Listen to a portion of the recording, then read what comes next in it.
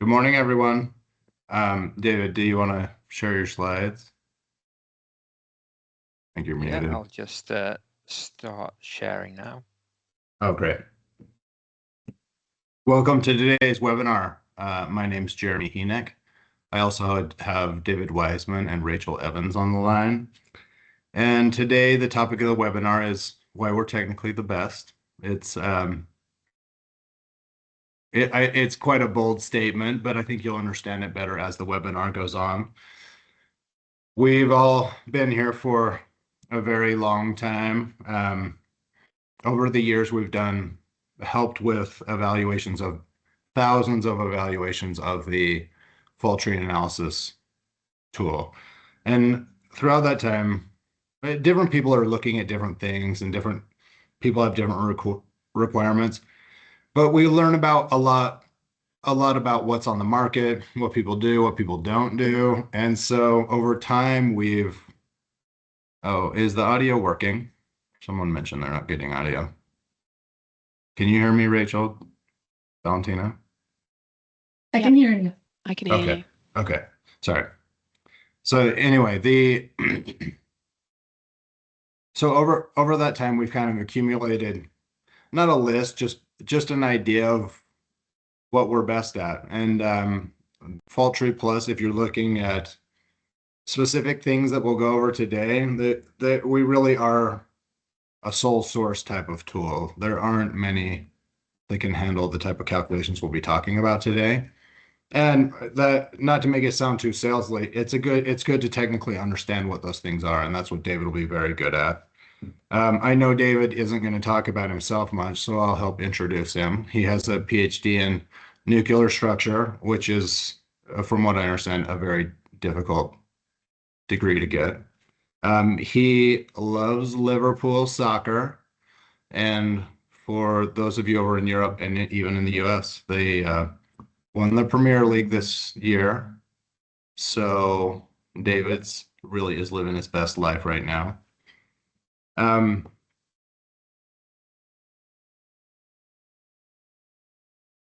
David will be giving most of the presentation. I'm just introducing what's going on. Just a few housekeeping items. You'll notice, for those of you that haven't been in team meetings or that have, please, you can use both chat and Q&A. We prefer you post the questions in Q&A because it's easier for us to manage what's going on, but we'll keep an eye on both. But Rachel, who will be watching the Q&A, she'll be watching Q&A closely. Maybe I'll watch the chat. And then Rachel and I will respond to those as they come in. We'll be pausing for questions. So feel free to ask your questions. If they don't get addressed, we will address them, whether it's to you personally. We'll post this on the blog afterwards and maybe give some generic questions that were asked during the meeting. David, do you want to go to the next slide really quick? And just a recap, I know a lot of you know this, some of you may not. Isograph is part of Peak Avenue, where we're kind of merging with several other companies.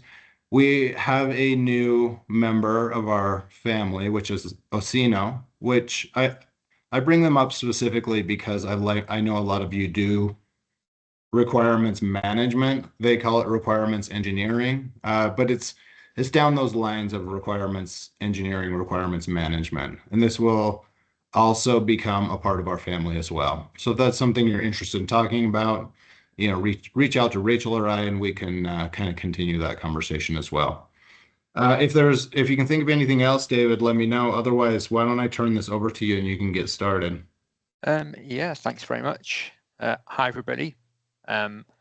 So Jeremy gave a very nice introduction for me earlier. Anybody who follows football might debate whether I'm living my best life right now. but yeah, let's set football aside for now. And I'll talk a little bit about what we're looking at today. So yeah, this webinar is going to talk about what it is that sets FaultTree Plus apart from other FaultTree tools that are out there. Now, Jeremy was saying we don't want to make this too salesy, because I could sit here and point to any number of checkboxes and drop-down boxes and options. You can fill a software tool with all kinds of options and market it on that basis. Problem is, if the calculations don't work, then all the options in the world make no difference at all. And that's where FaultTree Plus excels, in the fact that it can handle large fault trees, that it can return the results in an efficient and accurate way, and it has different methods it can use to do that. Its stability and its accuracy are not really challenged by any of the other tools that are out there. The analogy that I make is to purchasing a car. When you buy a car, you could buy a car that has the best sound system in the world. It has the most expensive upholstery, has all the latest gadgets on it. But if the engine doesn't work, then basically all you have is a very expensive, very small living room. So if the engine of your car doesn't work, doesn't matter how many optional extras you have, it doesn't mean anything. And it's the same idea here. So I'm going to begin with a little bit of background for what I'm going to talk about. Now, a disclaimer, I am going to assume a degree of knowledge from the audience on fault tree analysis, because I don't think we'll have a lot of time to dig into the basics of fault tree. So I am assuming that people in the audience kind of understand about basic events and logic gates, and maybe a little about minimal cut sets too. And I'll be proceeding on that basis. After that, we'll start talking about the fundamental things that make FaultTree Plus work, and that make it work really well. These are the ideas of things like modularization, the different quantification, different calculation methods the program can use to get to the result in the quickest way and the most accurate way possible. And if there's time, I'd like to take a look at a couple of the other analysis techniques that are kind of packaged in there to help you make the most of the results that the program is giving you. At the end of all that, then we'll have our Q&A. So to begin with, a little bit of background. So like I said, I'll assume a degree of knowledge about fault trees, so I won't explain about gates and basic events, but I will say that a fault tree analysis breaks down basically into two steps or two types of analysis. The qualitative analysis, where the program works out all the different possible combinations of events that can lead to a particular hazard or top event. And second step, the quantitative analysis, where the program calculates the probability with which that event, that hazard occurs, based on the probabilistic data provided at the basic event level. So failure rates and repair rates, stuff like that. So these are the two fundamental steps that the software goes through when it analyzes a fault tree. Now that's the same for every fault tree, big or small, but of course large fault trees can be particularly challenging. There are lots of tools out there, but maybe not all of them are well suited to handling big fault trees. That maybe they kind of fall over if the fault tree is too big. Maybe they start running and there's no end in sight for when the analysis will finish. Maybe it can finish the analysis, but there are questions over the accuracy and the methods that are used. So I want to give you some insight into how FaultTree Plus overcomes some of these challenges. Now, I was trying to think of a way of doing this that's better than me kind of jumping back and forth between the software and the slides. I couldn't think of one, so unfortunately that is what I'm going to be doing. I'll try not to let it disrupt the flow of the presentation too much, but I do want to show you this stuff working to give you a little bit more insight, because there are probably people in the audience who've been using the software for years, have seen some of these options, but not really understood yet exactly what they are or what kind of impact they're having. So I want to try and give insight into that, not just for new users, but for those of you who've been using the software for a while. One really important concept that the software makes use of is modularization. Modularization is a process whereby the program will solve each gate individually, then pass the result of that analysis to the next level of the tree for further calculation. So essentially what it's doing, instead of working out all the minimal cut sets for the top gate all in one go, and then doing a huge probability calculation for that one big set of minimal cut sets, for each gate, it will work out the minimal cut sets, calculate the probability of that gate, then sort of package it up as a kind of super event before passing it to the next level. Now, the program is smart enough to automatically decide which gates it should or should not modularize, which gates can be solved on their own, packaged up, passed to the next level, and which ones should be left unmodularized with all the cut sets and so on passed to the next level. It does this based on whether or not the gate is independent of all the other gates in the tree. So if there are shared events and gates beneath that gate, if it's sharing some structure with another part of the tree, or if it has like a common cause failure going on in there, it will not be modularized. It will be left unmodularized, as we say. So the program knows the difference, and it will modularize where appropriate and will not do so if not. If it were to modularize a gate that had those dependencies would be broken, and it would result in an inaccurate calculation, potentially one that's overly optimistic. The program knows not to do that.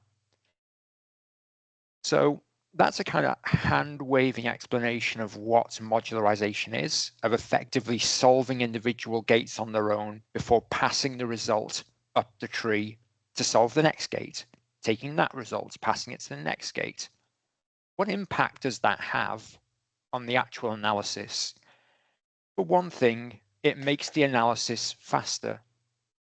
Instead of trying to solve the probability for 100,000 cut sets at the top gate, I can do the entire tree piecemeal, bit at a time, and have a much simpler calculation when I get to the top. So it makes the calculation faster. It can also make the calculation more accurate. That one might not be as obvious. Reducing the size of a probability calculation obviously makes the calculation faster. Why would it make it more accurate? I'll come back to that. So that's modularization. Basically, that the program is solving individual gates where possible, if they're independent from the rest of the tree, packaging it up and passing it to the next step of the tree for further calculations, reducing the overall size of the probability calculation. And it knows to do it automatically. So what about the calculation methods? So we talked about modularization and how that speeds up the probability calculation. But how is that probability calculation actually done? What methods are there? So there are 3 different methods that the program can use to calculate the overall probability of a gate in a fault tree. These are the cross product, the Esary Proschan and Rare approximations. Maybe you've seen them in the options for the program. I'll be showing you where those are shortly. Or maybe you've come across them in the help or somewhere like that. Maybe you've done a training course with us and remember these terms but can't quite remember what they mean. So we'll be looking at what they are and how they help us, in what context each of these methods might be used. It is worth noting, though, that while Esary Proschan approximation and Rare approximation can be selected manually, the cross product cannot. Instead, there is an optimum upper bound method where the program will automatically select which of these 3 methods gives the most accurate result. So again, it's the program being smart and helping to make the calculation more accurate, basically by trying different methods and see which one gives you the best result. Again, I'll talk through exactly how that works. Let's have a look first at the cross product. So we've all had the traumatic experience of learning probability while at school. The teacher says, okay, I've got 3 coins and I flip 3 coins. What is the probability that I get a coin, at least one coin, landing on heads? And then, we all sort of hunker down behind the desk and try and avoid eye contact so the teacher doesn't ask us what the answer is. This is the same fundamental principle upon which FaultTree calculation is based.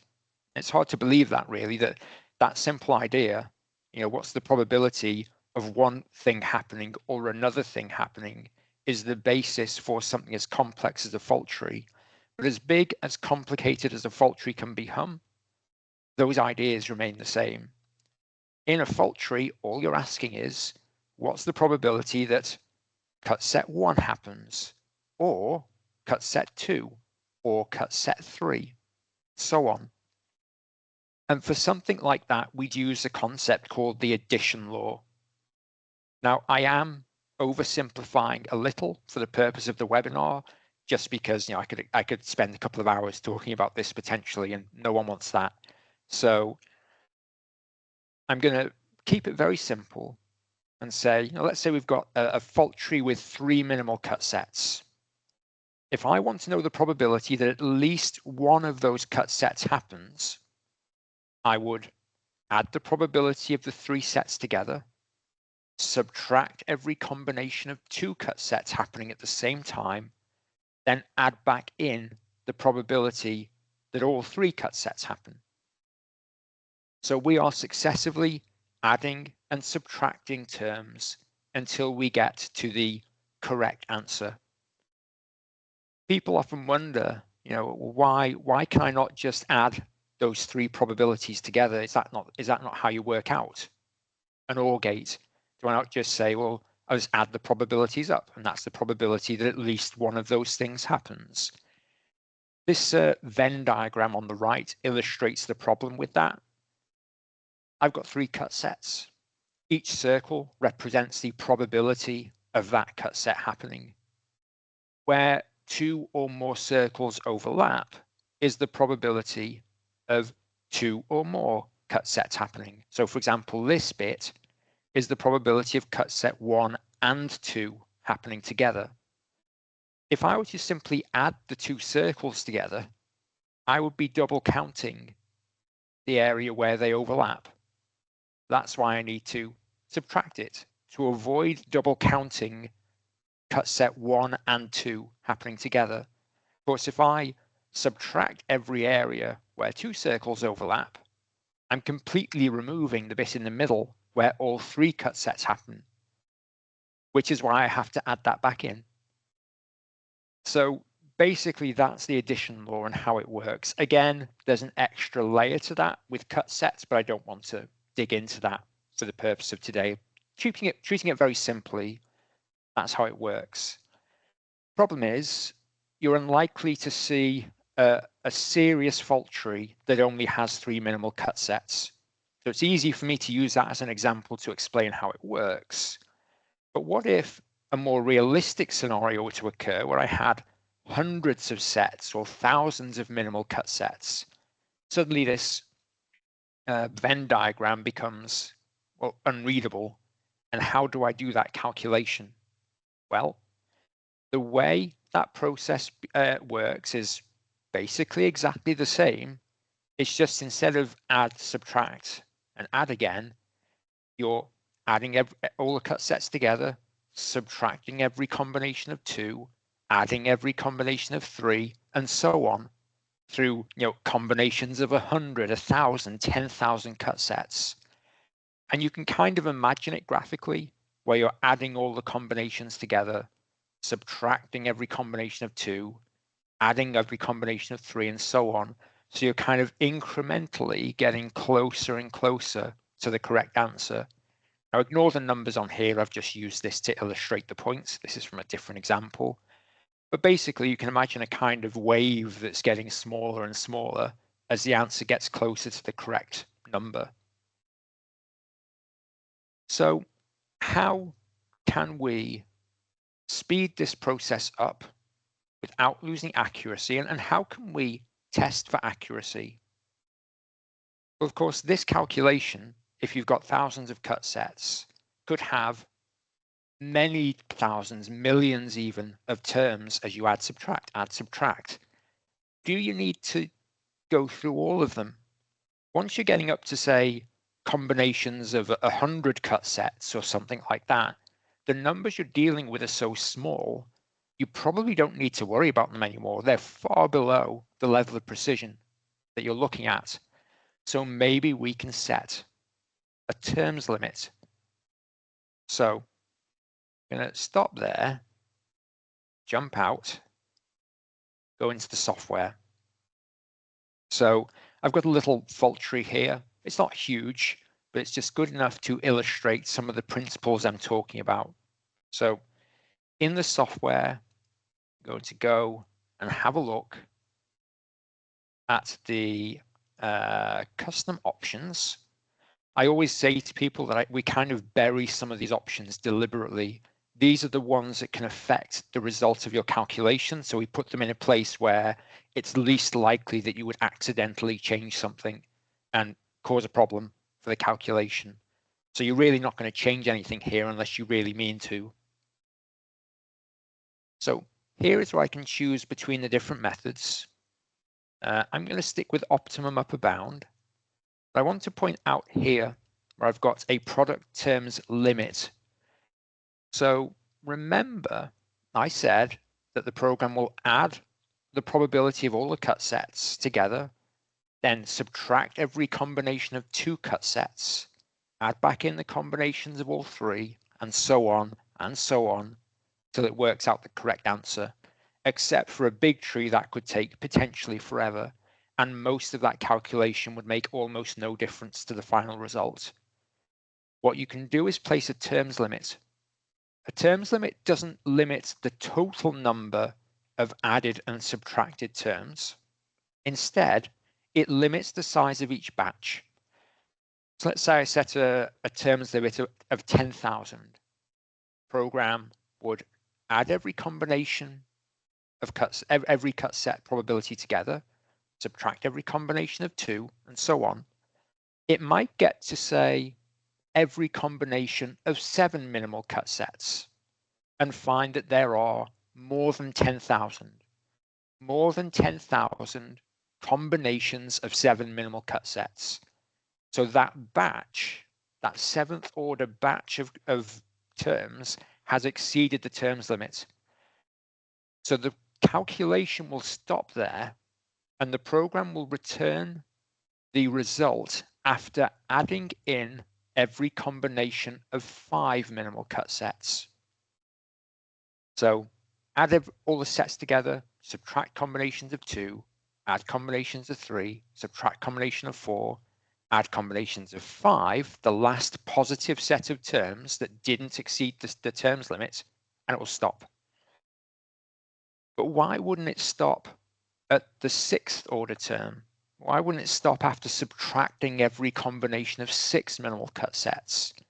Well, that's because if you subtract every combination of 6 cut sets and stop there, the result of your calculation will actually be slightly below the correct answer, meaning that your fault tree is returning a result that is a little bit optimistic, which particularly for safety scenarios is a no-no. You don't want a result that's underselling the risk in your system. So it returns the last upper bound set of terms that met with the target, that met with the terms limit. So it's ensuring that your result is never going to fall below what is the correct answer, whatever that happens to be. So one of the other concerns, though, is, well, how do I know that result is accurate.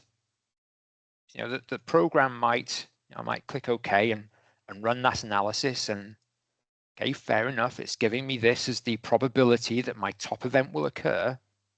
How do I know that's accurate? Have I got a high enough terms limit? Could I be missing terms that I need? Should I be doing more? How can I tell that that's the case? Well, there is an option in there where you can ask the program to do a lower bound calculation as well, where it will return the result after the last set of negative terms. So in my hypothetical example, that's the 6th order terms. If there's a big difference between the answer the program is giving and the lower bound result, then you know maybe you need more terms. If there's very little difference, maybe not. So I can have a look in my results, and there's the result of my fault tree. If I look at my lower bound result, you can see actually there is a small difference. It's a little bit lower. It's a low level of precision, but maybe I could stand to ramp up the terms limit a little bit. So I'll do 1,000,000 terms and see what that gives us. I'm going to run that. You can see it's a little bit slower than it was before because there's more numbers to crunch. It's still not too slow because I've got a nice new laptop primarily. But yeah, we got to the answer. And if we have a look, my results has not changed at any level of precision that I can see. I can up the precision in my results if I want to, but I'll leave it as it is for the example. But if I look down at my lower bound value now, that's a bit closer. It's gone further along. So now the two numbers are closer together than they were before. So that lower bound calculation is a way of just double checking that the terms limit you're using is returning an accurate result. So that is the cross product. In principle, if you run the cross product right up to the end, it will give you the exact correct answer.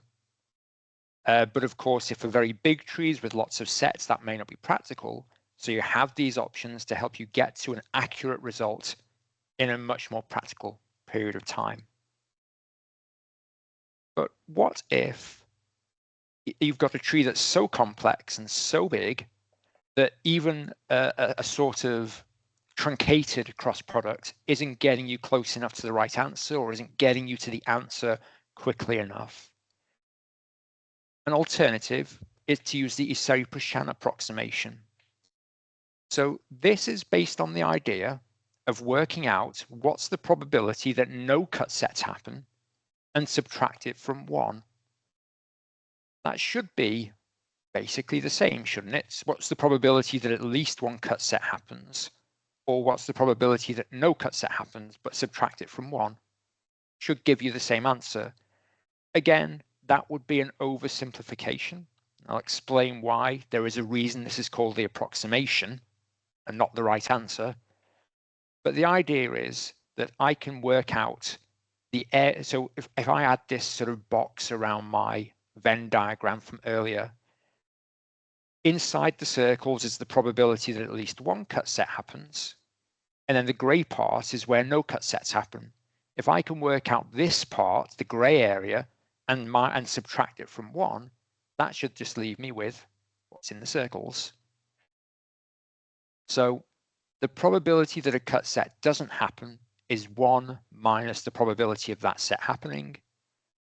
Then do that for all the sets, multiply them together, subtract from 1. This is a much simpler calculation than the cross product, because in a cross product we said we're adding and subtracting and so on, bigger and bigger sets of terms. Here, I'm just, for every cut set, I just add another multiplication, just a big string of multiplied terms, subtract from 1. Much simpler. It's simple and efficient, but like I mentioned before, there is a catch to that, which I'm not showing on the slide, but I'll explain a little bit in a moment. I'm going to jump out again, go back to the software, because while I can manually tell the program to use the Esary-Proschan approximation, I'm not going to do that. I'm going to illustrate how the optimum upper bound works by reducing the number of terms in my terms limit. Because what the program is going to do, it's going to try the cross product with a terms limit of 1,000, and it will also try the Esary-Proschan approximation. Whichever one of those two methods returns the lowest result, that's the result the program will show. The reason being that both of these methods are what we call upper bound methods. Both of them can only give you either the correct answer or something that's a little bit above the correct answer. They can never go below it, which means that whichever one is the lowest, that must be the most accurate. It must be the one that's closest to the correct answer. So I'm going to reduce my terms limit, which should make my cross product a bit less accurate, basically, because I'm doing fewer terms. So it's going to be higher above the actual result. So I'm going to do that. I'm going to run my model again. Anybody who's observant might notice that immediately that's actually a bit higher than it was before. It was 9344 earlier. Now it's 9348. I look at the results summary. I can see there's my result. If I scroll down, the program actually tells me it's now using the Esary-Proschan approximation. It's found that in this scenario with the lower terms limit, that's the method that's giving me the most accurate result. But why is it higher? So why is it higher than the cross product? Why is it giving a result that's not exactly correct? This all comes down to one of the fundamental principles of probability theory. Again, I'm going to sort of make you relive the trauma of school with some of the things that your teacher would have told you. Remember those coins that we were flipping earlier? In order to calculate the probability that at least one coin lands on a particular value, or that all of them give you the same outcome, you would use things like the addition law or the multiplication law.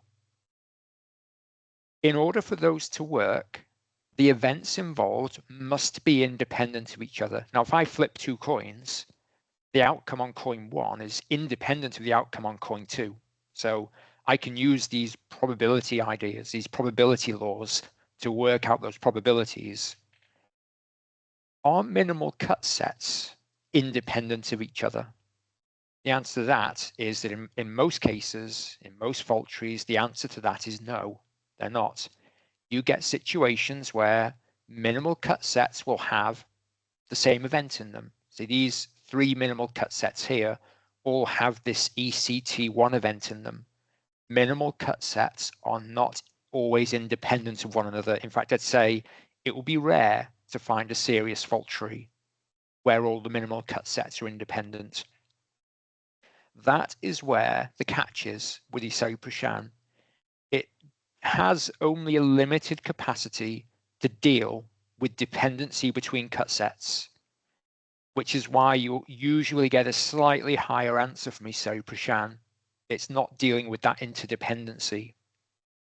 And that doesn't mean it's not the end of the world necessarily.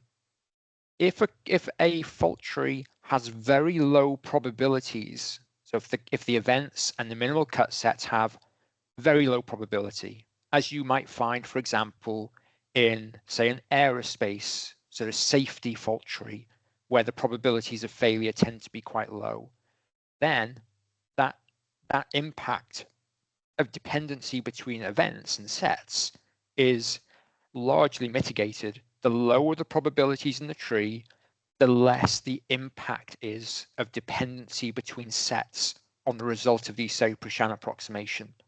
So I've seen it over the years in big aerospace fault trees in particular. People use Esary-Proschan because it's fast, and because the probabilities are so low, it's accurate as well. So even though there are catches to these methods, doesn't necessarily mean you can't use them, especially not if you're dealing with very low probabilities. Incidentally, cross product can deal with interdependency between cut sets That's why that's the one that will give you the exact correct answer if you're able to solve the whole thing. Again, I'm not going to dig into the details of that. That was the oversimplification that I mentioned earlier, that I'm not considering the kind of dependency between sets. But the cross product will deal with that, whereas the Esary-Proschan approximation doesn't. But in this example, my terms limit is quite low, so the cross product result is coming in quite high. As it turns out, the Esary-Proschan is giving me a more accurate outcome. And the program has done that automatically. It's done both calculations, looked at the results and said, okay, here is the one that is giving you the most accurate outcome. And it's telling you, this is the method I've used. So if you're not happy with it, you can always go back, adjust your options, see if you can do any better in a practical analysis time. So back in we go again, and there's one more method that I haven't talked about, and that is the rare approximation. This, for want of a better term, and a term I'm less likely to regret using later, this is the one that will give you the sort of quick and dirty result. Here, the program will simply add together the probabilities of all the cut sets and just stop there. Think of it as kind of the first iteration of the cross product calculation, just adds all the sets together and stops. Now this naturally is very, very quick. Don't have to do all those different terms for that you get with the cross product. Don't even have to sort of reverse the probabilities as you do with the Esary-Proschan. Just a simple summation, and that's it. Naturally, that's going to be the least accurate of the three methods. But if a tree is very, very big and you have low dependency between sets, or the probabilities are very low, again, the result may still be pretty close to the correct answer. So in this instance, I'm kind of treating my areas as if they're independent of each other, almost as if there's no overlap between them, and just adding them all up instead.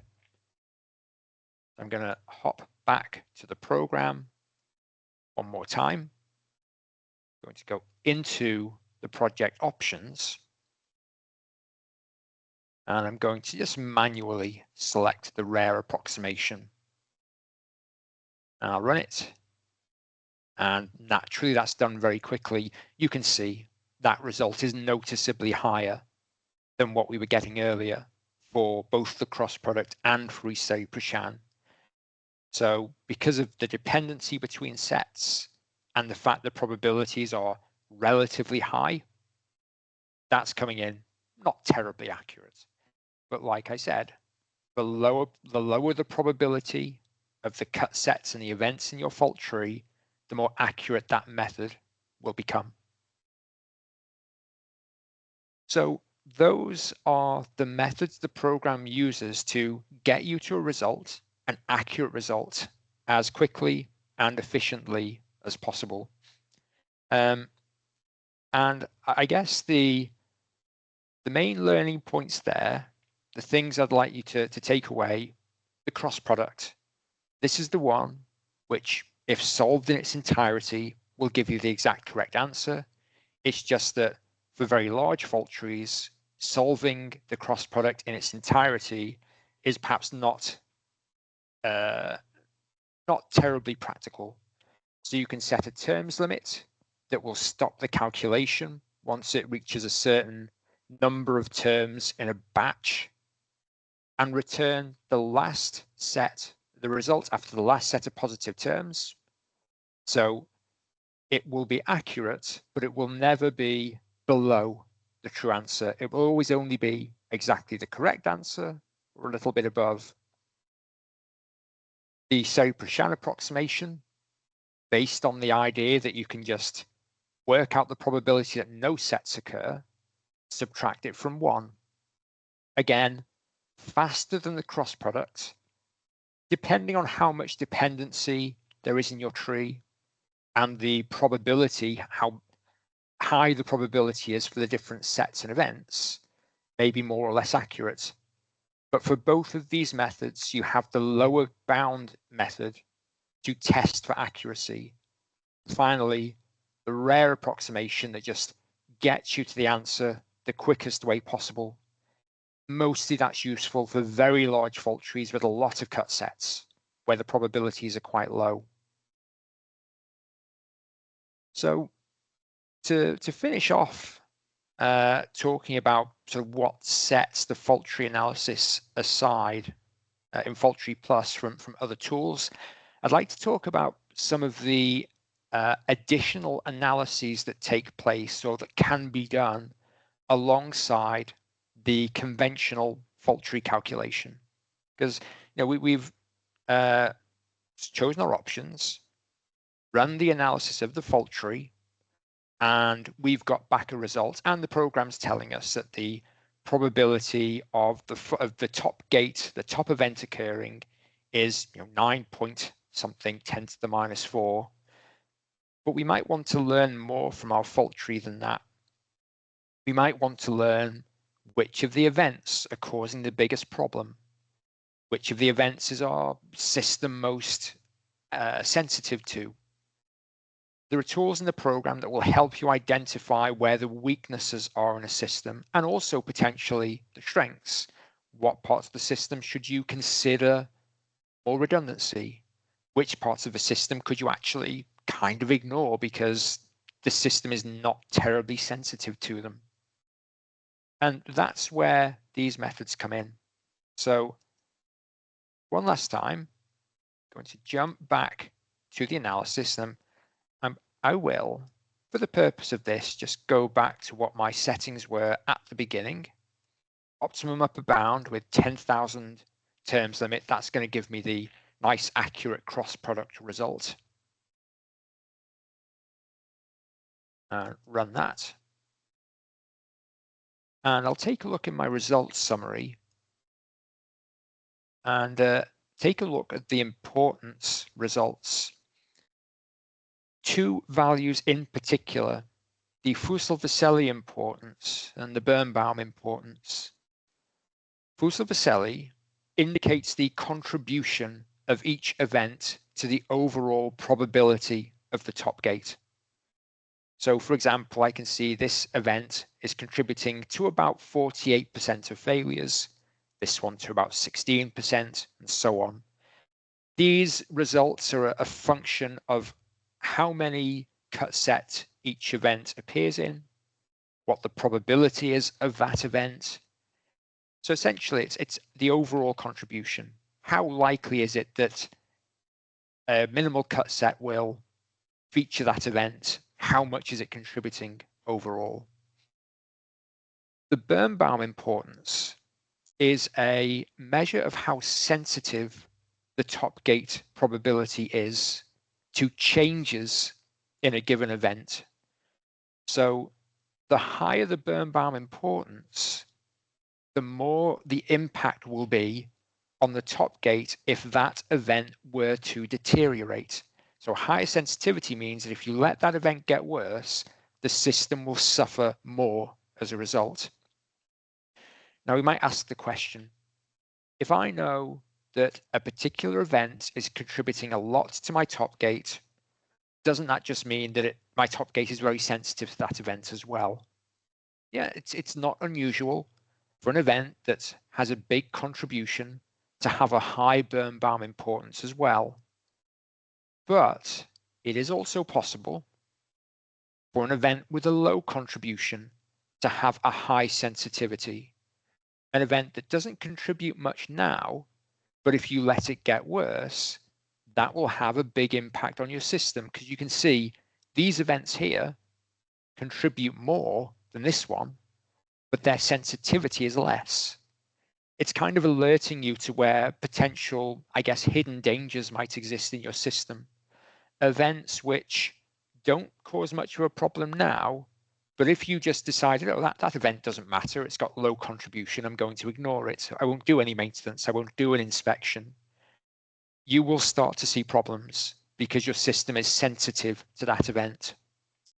So Fools of Esary and Birnbaum together can tell you quite a lot about your system architecture, about which events contribute a lot, but also about which events could contribute a lot if you didn't look after them.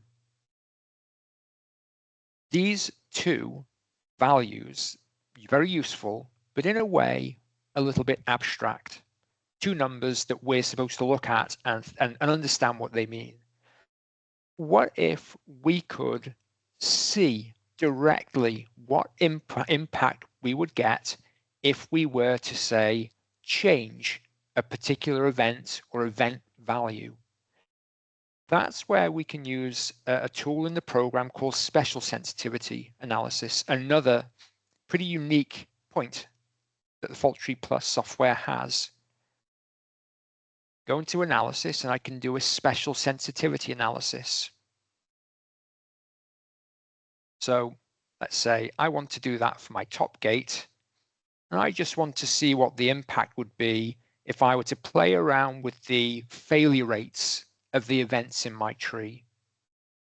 So I can tell the program, I want to see the impact on the unavailability, the probability of the top event, if I were to change the failure rate.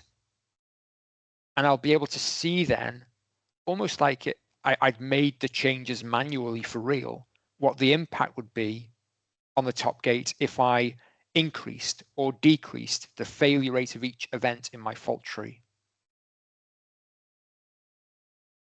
So I'm going to say try 5 different multiplying factors. I can set these manually, but I'm just going to keep the defaults. So what if I reduced my failure rates to 1% of what they were before, or 10% of what they were before? Or what if I multiplied my failure rates by 10 or 100? What impact would that have? So I can run the analysis, go to the results, and I can then look at each individual event, and I can see how the top gate unavailability is expected to change as I modify the probability or the failure rate of that event. Some events, like this one, may not show much difference. Maybe the system is not very sensitive to that event. But others, like this one at the top here, you can see a much greater impact on the overall probability of the top gate if I were to increase the failure rate of that event. Those are just based on the importance analysis data that we saw earlier. Now, there was one last thing I wanted to talk to you about, but I do realize now there was one thing I said I would mention, which I haven't touched on, and it does actually relate to something I said right back at the beginning, which was to do with the modularization and why that makes the results more accurate. It all just ties back to the terms limit. If I try to solve the probability of my top gate based on 10,000 or 100,000 minimal cut sets for that gate, the cross product calculation would be huge, and I would very quickly hit the terms limit, and I'd start throwing away huge chunks of my calculation. However, if, wherever possible, I solve individual gates on their own, those calculations are much smaller and individually far less likely to hit the terms limit. So with modularization, I'm less likely to hit the terms limit because I'm generating far fewer product terms in my calculation. Therefore, I'm a lot less likely to throw away big chunks of my calculation. So the cross product with modularization is a kind of marriage made in heaven because it allows you to make the most of the cross product without the threat of running into the terms limit and losing accuracy. So yeah, in a moment we'll go to Q&A. There is just one final point I want to make, and that's to do with the Peak Avenue platform.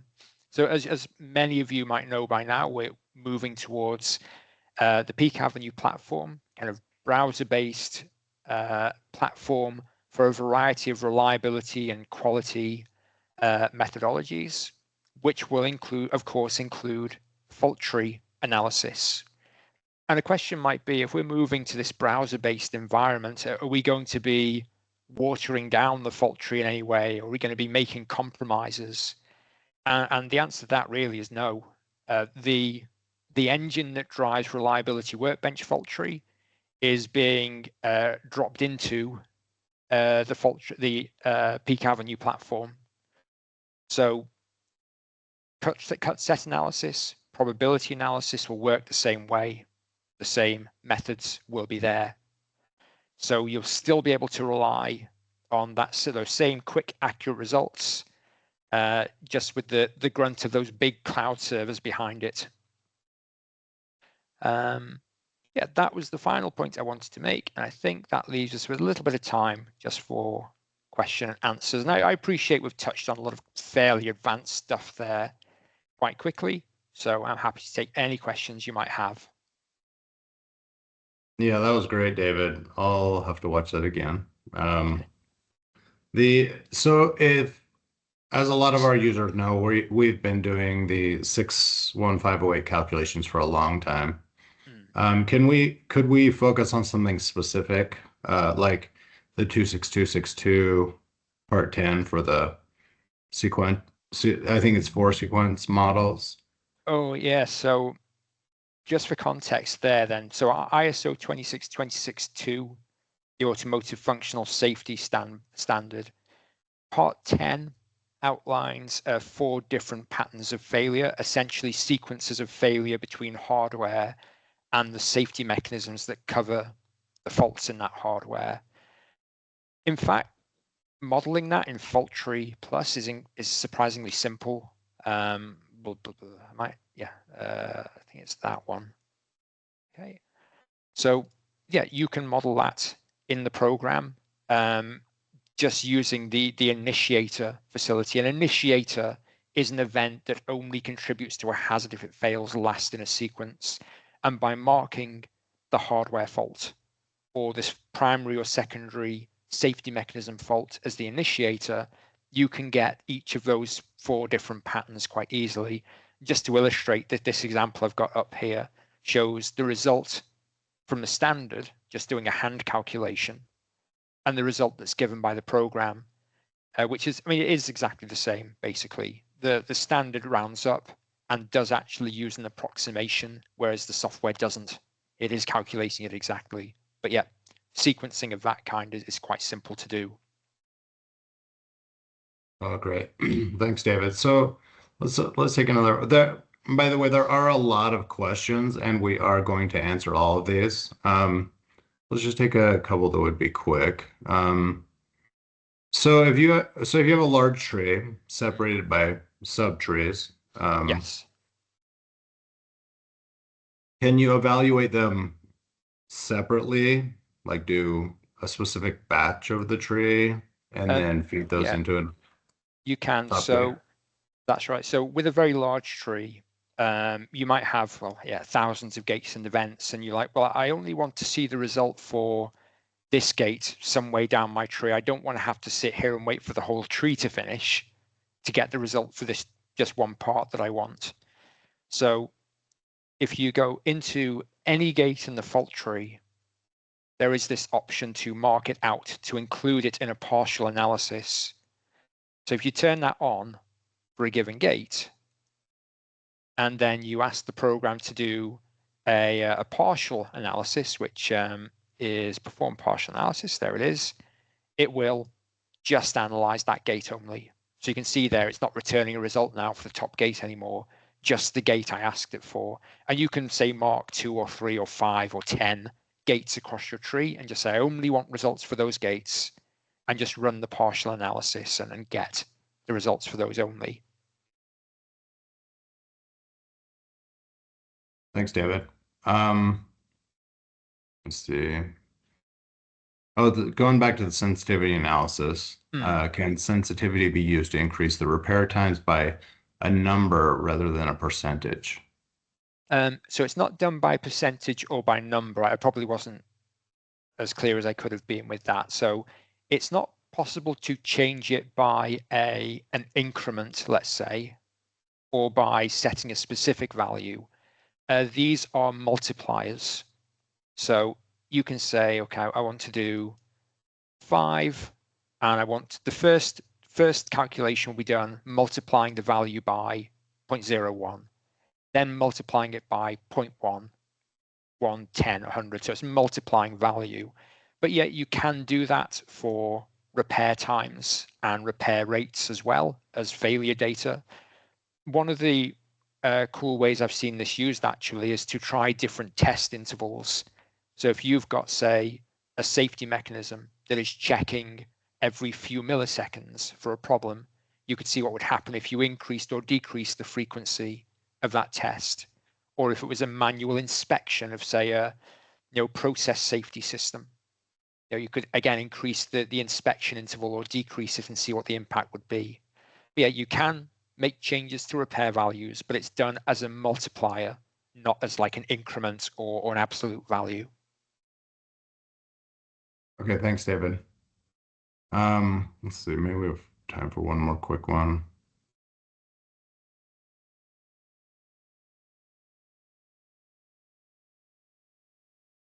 So under the rare approximation, under the approximation custom options, one of the options is the rare approximation, as discussed. Yeah.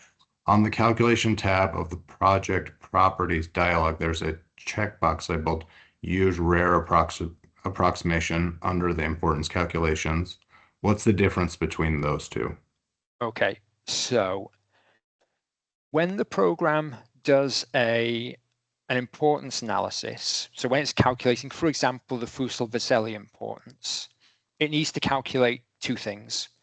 It will calculate the unavailability of the top gate as it is, so you're at your normal probability result, but it will also calculate the unavailability of the top gate with the probability of the event in question set to 0.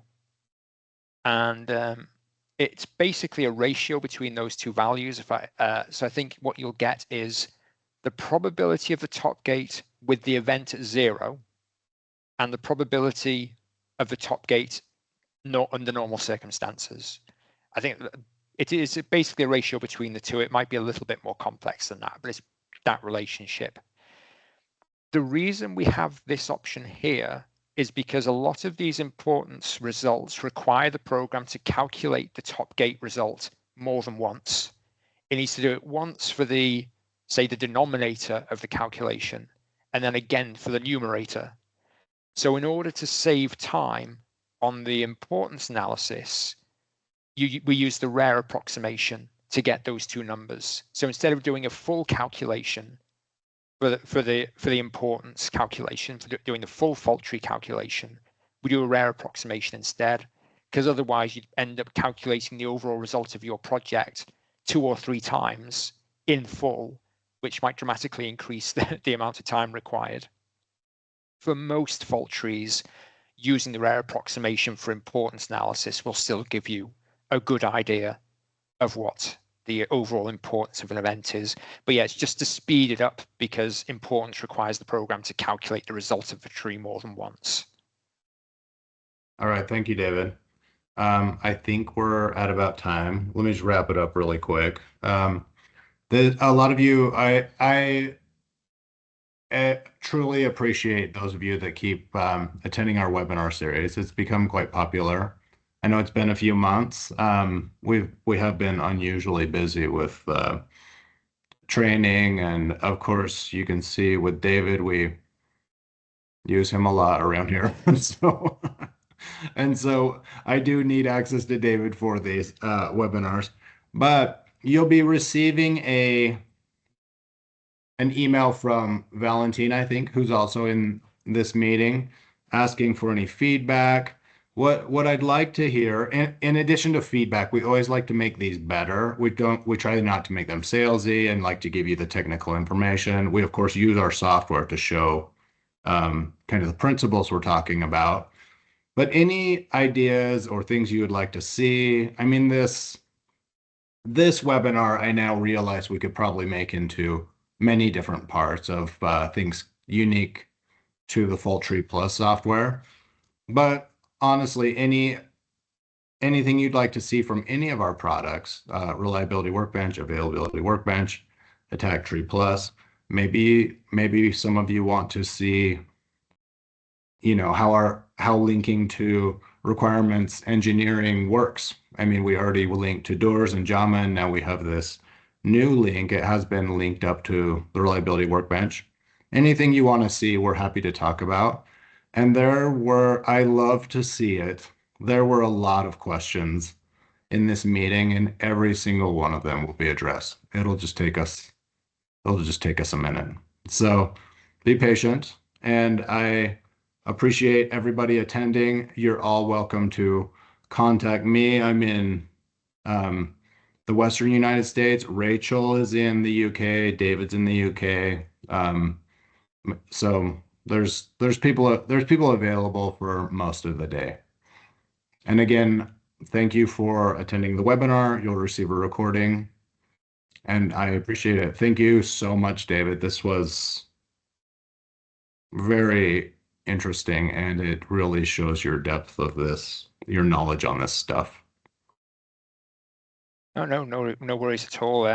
Like I say, I appreciate there's a lot of information in there on some fairly advanced ideas in fault tree analysis, but yeah, all those questions we will answer. It's my pleasure. Okay, thank you, David. Thank you, everyone. Thanks, everybody.